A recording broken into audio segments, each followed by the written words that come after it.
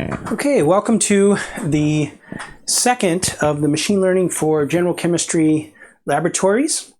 And I am certainly no expert on machine learning, but I'm very much aware that it is really important for undergraduates in undergraduate chemistry majors to get some exposure to machine learning.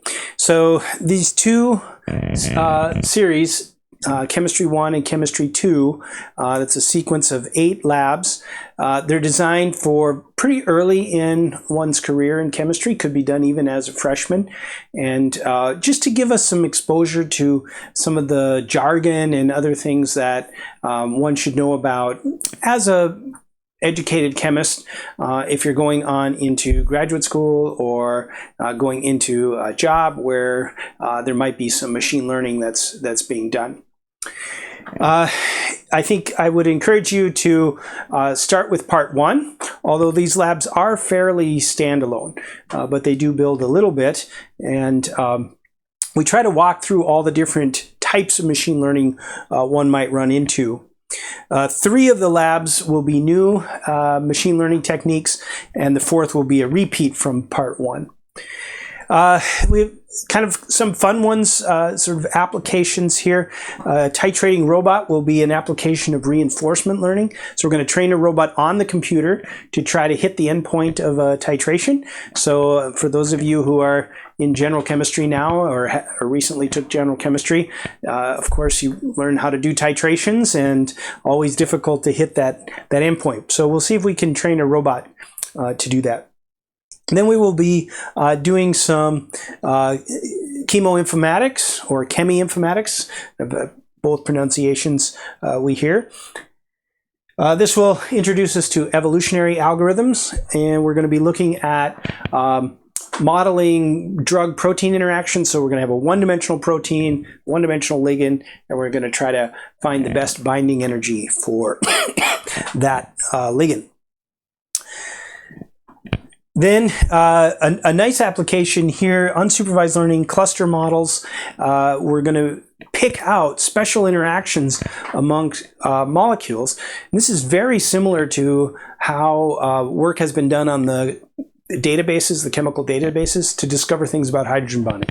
So we're going to have the computer discover hydrogen bonding in a simplified fake data set. And we'll be using the method of cluster models, so a new model for us. Then we'll come back to one we did in the previous set, convolutional neural networks for image recognition.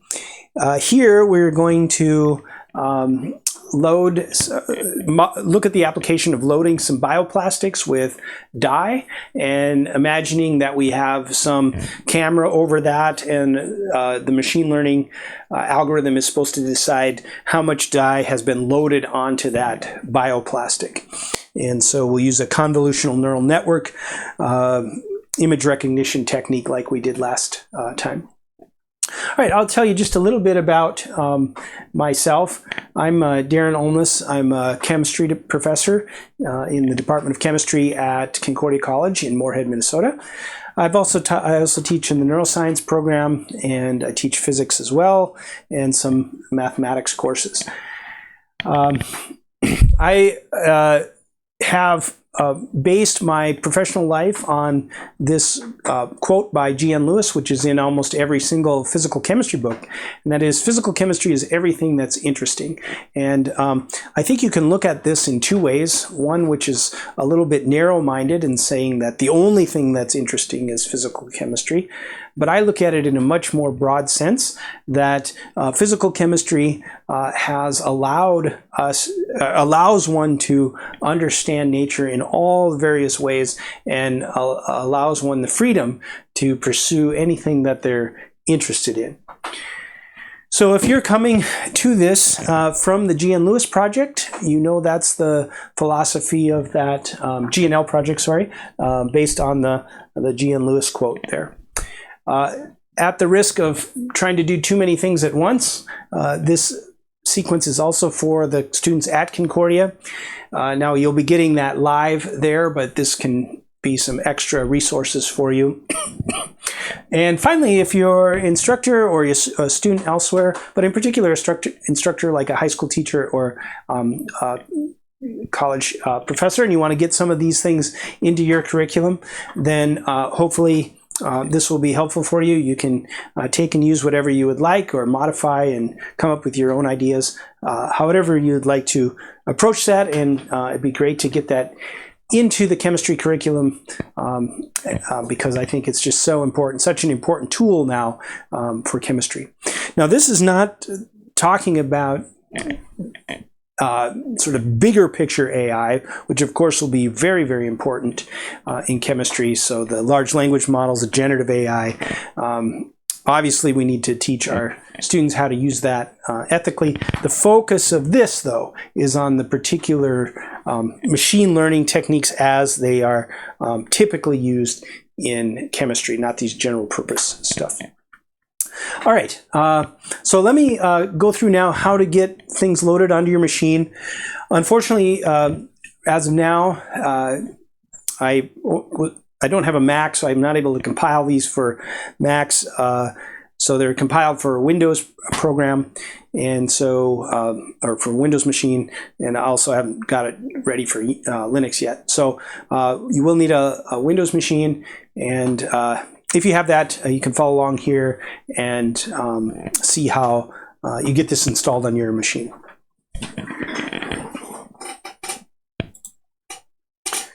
Okay, so we can just go to the web and type in my name, or just type in, well, let's type in my name here.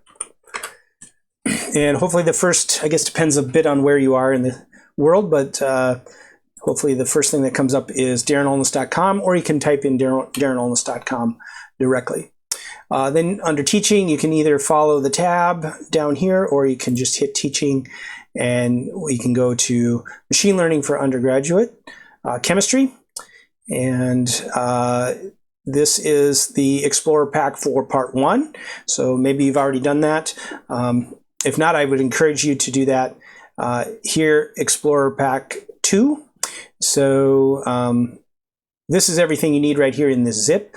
Some of the individual stuff is here as well. But let's take the zip file, and we'll download this.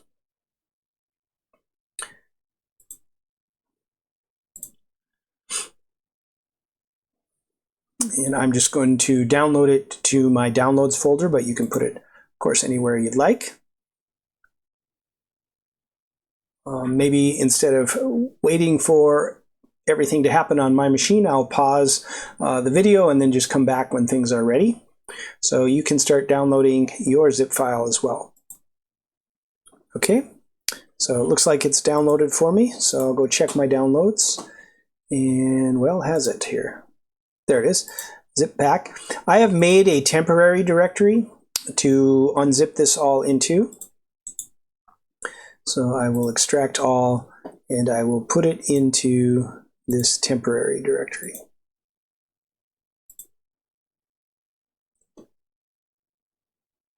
And that looks like that's going fast enough that I don't need to pause.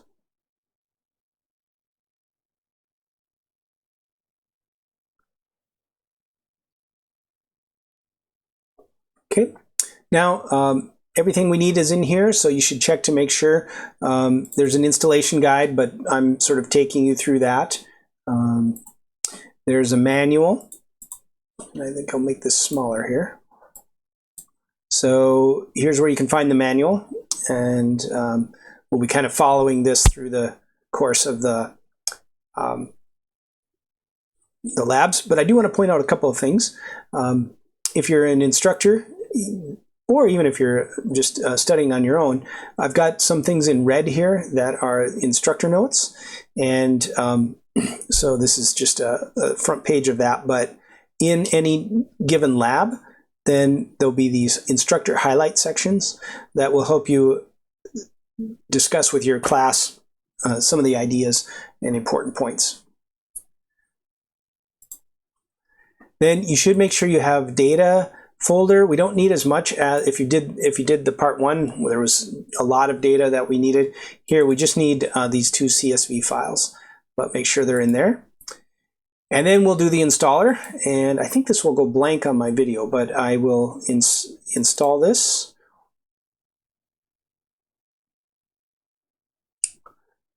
And this could take a little while too. I'm going to just install it into this temp folder. You can install it into your programs folder if you would like. So this will come up and just run anyway.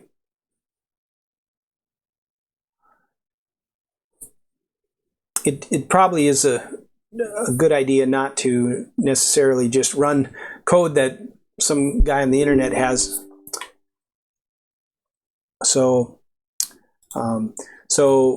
I would suggest that if you're kind of leery on that, I show you here where you can go to my GitHub page and you can look at the Python files and work with those individually if you would like. So I'm going to just install this in this directory. Hopefully it won't take too long.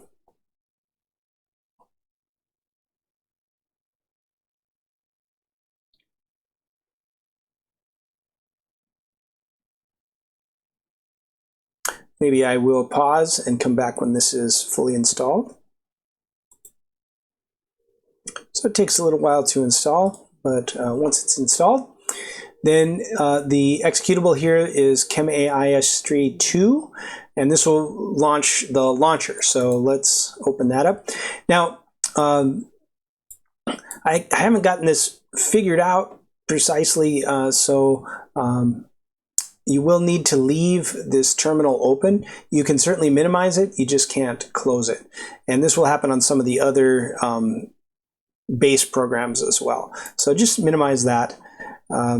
Then the launcher for all the different labs are here.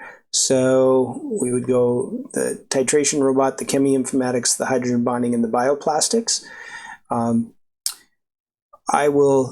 just check one here, make sure that it's in. Also to let you know that it takes some patience, takes quite some time to load some of these.